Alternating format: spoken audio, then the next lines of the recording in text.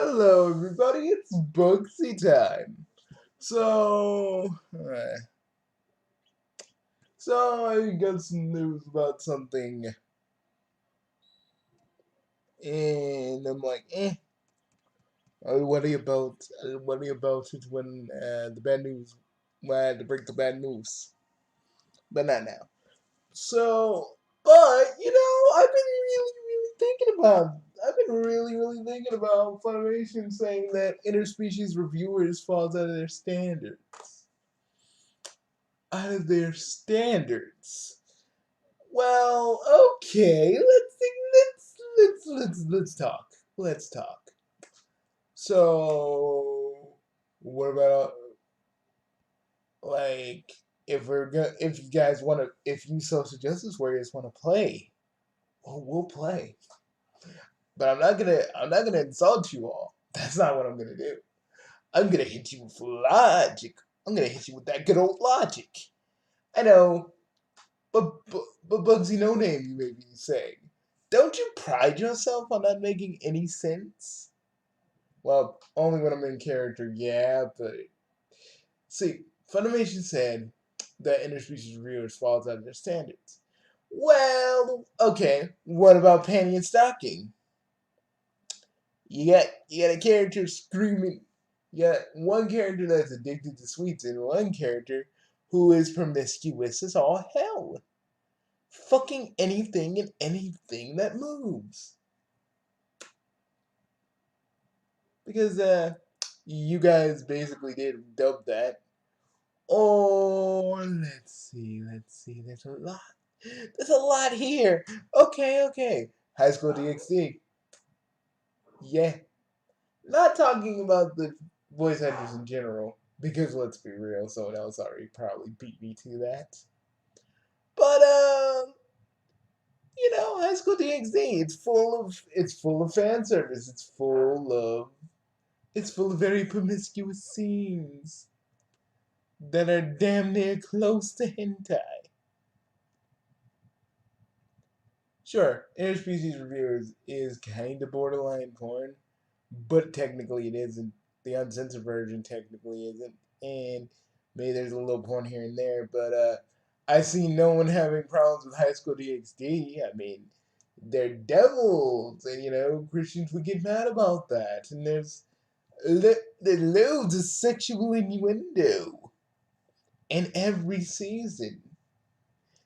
But hey, but hey, since since a certain somebody wanted to mess with the script that Kobayashi's Dragon made, I wonder why she didn't take umbrage with the fact that the character that she plays, while she was messing with the script of the show, her character plays a dragon who's in love, who wants to get down with a little boy.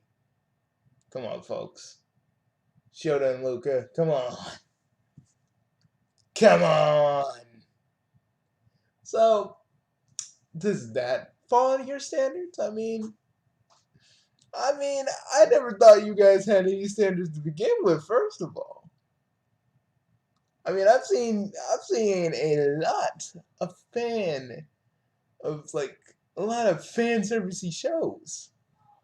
I've actually, what about I Want to Be the Strongest, or is it World's Strongest? I keep forgetting, but it's about this. It's a wrestling show. It's a female wrestling show where this chick is in holds in very provocative positions. Now tell me, Funimation, does that follow your standards too? See, now that's the funny. This is the funny thing about you. Get it? Sometimes you guys call some people call you funny, and I think it's funny that you all basically. And this isn't really talking about the big Rihanna stuff. Everybody's talked about it, but I just felt, I really just felt compelled to make this video because legit. So, what about the mini? many fan servicey shows that have ass and titties, or characters about to do characters about to have sex, or characters getting characters getting de- characters getting down, sexually provocative women in these shows. There's a lot of these animes under your catalog, so you could explain that a little more. I mean, sure, Interspecies reviewers is all about the sexing, and yes, there are sex scenes, but y'all could have just said, you guys, if you want to see, because don't you guys still have a Funimation store where people can just watch it on your? Can people just watch it? Couldn't people just watch it on your service uncensored? Because they are paying for your freaking subscription. They are paying for your subscription, and you can slide them that. But a warning on it that says this is not for freaking kids, blah blah blah. Or here's another here's another thing. What about Data Life? There's a lot of fan servicey stuff in there. Sure, it's a love story, but there's a lot of fan servicey stuff in that can that can make them they can make the best of us pop boners. And I am talking about a dude that's never seen anime. The moment he sees some voluptuous, some voluptuous, some voluptuous breasts, he will, he will get hard. So let me just, it's funny though. It's funny because we got a lot of these shows that really do fan service. I would say the most egregious one would be Panty and Stocking with like parts of Kobayashi's Dragon Maid. None of y'all had problems with that. And there's so many others that I don't even want to name, but we all know. So, Funimation, I pose this question. What is in your standards then? If Interspecies Reviewer falls out of your standards, what is? What's in your standards? That's the real question I want to ask. I want to pose. That's the real thing we should be talking about here. Instead, and that's the real thing we should be talking about. Like, what is in your standards? Now, I know Ned Saga is going to talk about it, and I'm not flexing on that man. I'm not flexing on him. But I wanted to do my little thing before he did his. Kind of not beating him to the punch, but I had my own little thing. I'm just saying, we have so many anime that's sexually provocative. And I think you also, and if I'm not mistaken, you also, Funimation has also dubbed Keijo. For those of you that don't know what Keijo is, that's the anime where chicks fight with their asses. If, I'm just saying, Funimation, you can try to take the high ground, but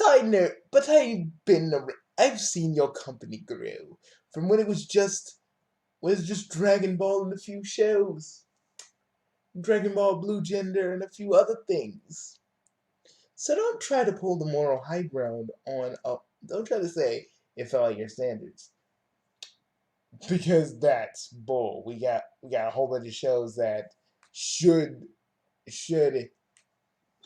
fall out your standards. But saying that it lays credence to every other show you have that is more shall I say sexually driven? You know, just saying. Saying, and all everybody, I say, people have been bombing Interspecies Reviewer because, well, a lot of SJWs really don't like the word sex. They think it's horrible. They think that anybody who has sex is weird in their in their doing. It's horrible. It's wrong. You shouldn't feel this way. But let me tell you something. You guys should be able. We should be able to watch something like this. I mean, like seriously, we're all adults here. We're all adults here. Like, I'd understand if like a bunch of kids were looking at interspecies reviewers, and Funimation got like notified that little Timmy is getting a sexual awakening. That I would understand, but saying that it just falls under their standards. Nick Rekieta says that basically they don't want to keep they don't want to use interspecies reviewers because it would kind of interfere with a case that's going on. I'm not really gonna say what it is, for if I did, well, I'm probably gonna get heat for this no matter what I do. But you know what? A wise man once told me, do what you gotta do, even if people will hate you for it. Not like what you guys say, because if it's your opinion, your word, do what you do. And, I wish that person was around so I could thank him for that. But that's neither here nor there. But Funimation, I'm just saying, there's so many other things that are cut. Let's talk about Desert Punk. We have the titular character Desert Punk chasing around all sorts of boobs. Sorry, I keep trying to want to end the video, but I keep finding more examples. I keep finding more examples. Or or every or hmm, or half of your harem catalog that you have. Yeah. All the beach episodes, all the episodes where there's like where we see female characters' boobs, like all of that. Yeah, that should follow your standards too, since you're making this rule out of since you're pulling this rule out of your butt. I just thought I might say that. Now, if you excuse me, I have some work to do. See you later. See you later, everybody. Funimation, all I have to say is, well, good luck with your future endeavors. You're going to need it. And now, if you excuse me, I have, well, I have shows to write. So I'll see you guys later. Peace. You know what's funny? I just I slipped into my demonic Bugsy voice. One of my characters has slipped into that voice. Sometimes I just slip into my other characters' voices without me realizing it until like a few minutes in. I'm like, oh shit, I'm doing that voice right now. I'm trying to be serious. God damn it. But I feel like it fits in a way. So even though I did slip into it, it sort of fits. Well, I'll see you later. Peace. Also, I will finally talk about the first annual multiversal tournament. Think of it like Death Battle, but without the death. But I will talk about that in our next video. So I shall see you later. And again, Funimation, you're gonna need all the luck you can get because you guys ain't doing so well. You can't win for losing. And I think some of you don't. I think the employees, I feel bad for. The employees that had to deal with all this, I feel bad for. But the company itself, some of us can't turn a blind eye from everything that you've done. And some of us have the freedom to talk about it. That's all I really have to say. Peace, everybody.